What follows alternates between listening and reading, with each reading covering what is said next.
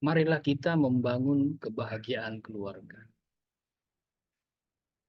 Bagaimana cara kita membangun kebahagiaan keluarga?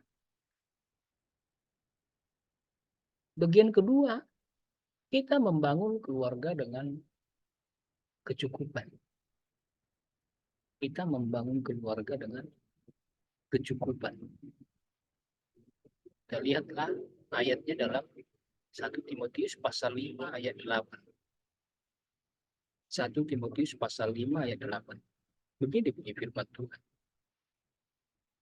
Tetapi jika ada seorang yang tidak memeliharakan sanak saudaranya, apalagi seisi rumahnya, orang itu murtad dan lebih buruk dari orang yang tidak beriman. Saya ulangi, jika ada seorang yang tidak memeliharakan sanak saudaranya, apalagi seisi rumahnya, orang itu murtad dan lebih buruk dari orang yang tidak beriman. Haleluya. Perhatikan baik-baik, saudara, maksud ayat ini. Rupanya di gereja Efesus yang digembalakan Timotius, di gereja Efesus, gembalanya Timotius, ada orang yang tidak menafkahi keluarganya. Saya tebalkan di situ. Ada orang yang tidak menafkahi keluarga. Dia pikir gereja akan mengurusnya. Bahaya. Seorang laki-laki yang berkeluarga tidak menafkahi keluarganya karena berpikir bahwa gereja akan mengurusnya. Bahaya. Orang macam apa itu? Berani menikah, berani mengambil istri, apalagi kemudian punya anak, tapi tidak menafkahinya. Ada suami yang ternyata menghabiskan pendapatannya untuk memuaskan hawa nafsunya. Bahaya ini. Suami bekerja lalu dapat penghasilan, entah berjualan, entah karyawan, entah apapun yang dikerjakan lalu dapat penghasilan. Habis untuk dirinya sendiri hawa nafsunya, makan minum, judi, main perempuan dan lain-lain. Cilaka ini. Rupanya kejadian itu terjadi di jemaat Efesus.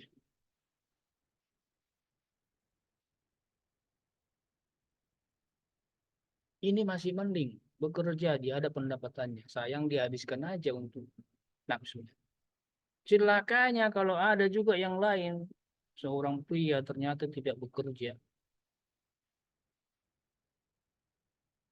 Orang seperti itu lebih buruk daripada orang yang tidak percaya Tuhan, kata Paulus. Orang jahat, tega sekali.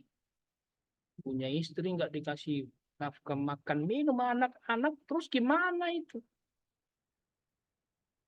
Perhatikan firman Tuhan sejak semula, Kejadian pasal 1 ayat 28, Kejadian pasal 3 17 19. Sejak semula laki-laki ditetapkan untuk bekerja.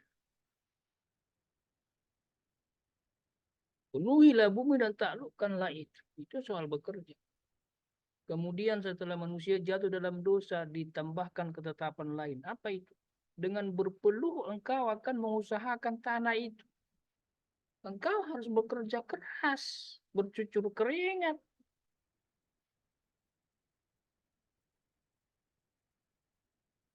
Paulus menulis kepada jemaat di Tesalonika, kalau ada orang yang tidak mau bekerja, jangan makan dia. Jangan makan. Sama buruknya ini.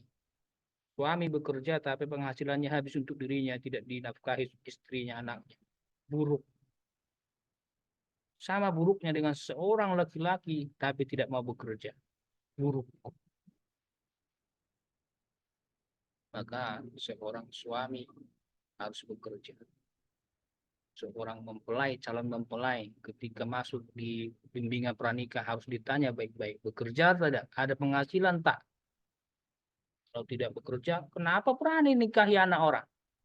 Mau kasih makan apa itu anak orang? Bangun keluarga dengan kecukupan. Baca baik-baik pengkhotbah pasal 10, 18, 19. Atap bocor, rumah runtuh karena kemalasan. Uang memang bukan segala-galanya, Bapak Ibu kawan-kawan. Tapi jika tidak ada uang, tidak bisa beli makan minum. Tidak bisa beli pakaian. Tidak bisa sewa tempat tinggal kalau sewa. Kalau bangun, bangun. Pakai apa? Harus ada duit, beli material. Harus ada duit untuk nanam benih. Semua ternyata butuh uang. Dari mana dapat uang? Ya kerja dong.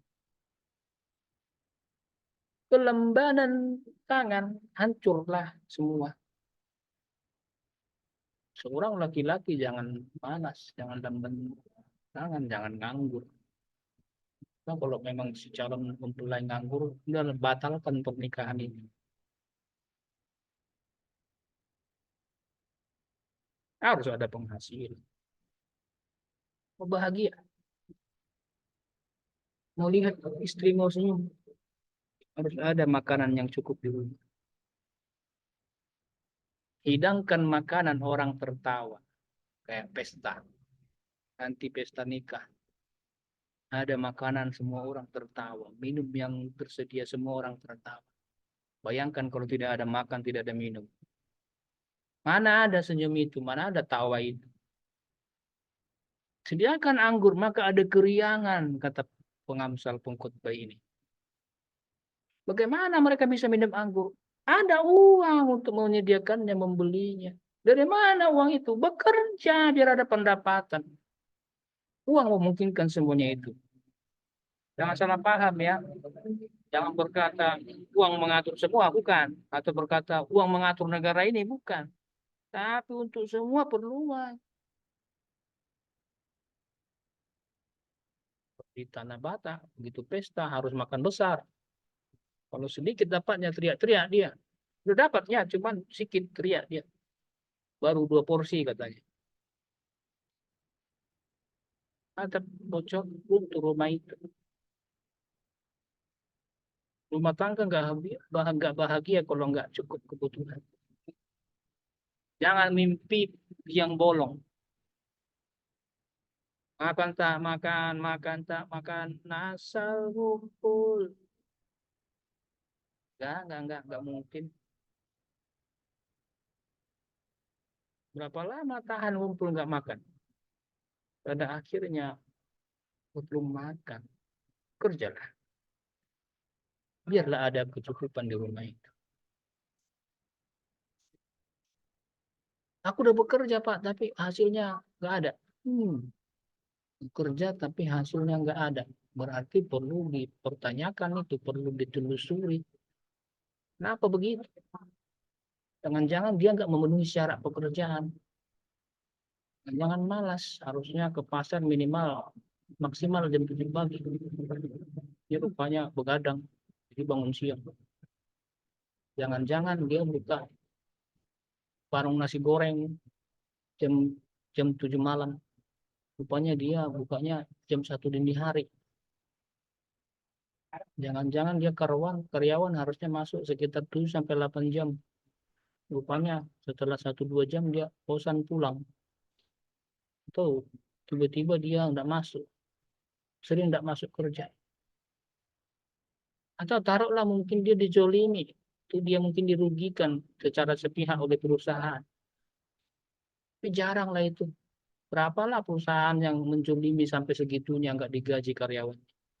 Ya kalau memang menggaji kecil ya banyak sih. Di bawah UMR banyak. Tapi kan tetap digaji rutin. Atur baik-baik. Jika tidak yakin bahwa perusahaan itu aman, cari yang lain. Begitu. Berusaha. Membangun keluarga itu butuh usaha. Bagaimana supaya setiap hari saya dan istri saya itu dapat tersenyum riang, tertawa riang. Perlu setiap hari ada cukup makanan. Jangan biarkan kosong lemari. Mari makan. Jangan biarkan kosong. celengan itu, dompet itu. Jangan biarkan asap di dapur nggak mengepul. Perjuangkanlah. Malahan sedapat mungkin kalau ada datang tamu singgah, jamu dia. Sampai segitu harus. Harus sampai ke situ. Artinya bagaimana kita bisa menjamu orang? Berarti kita harus cukup dulu.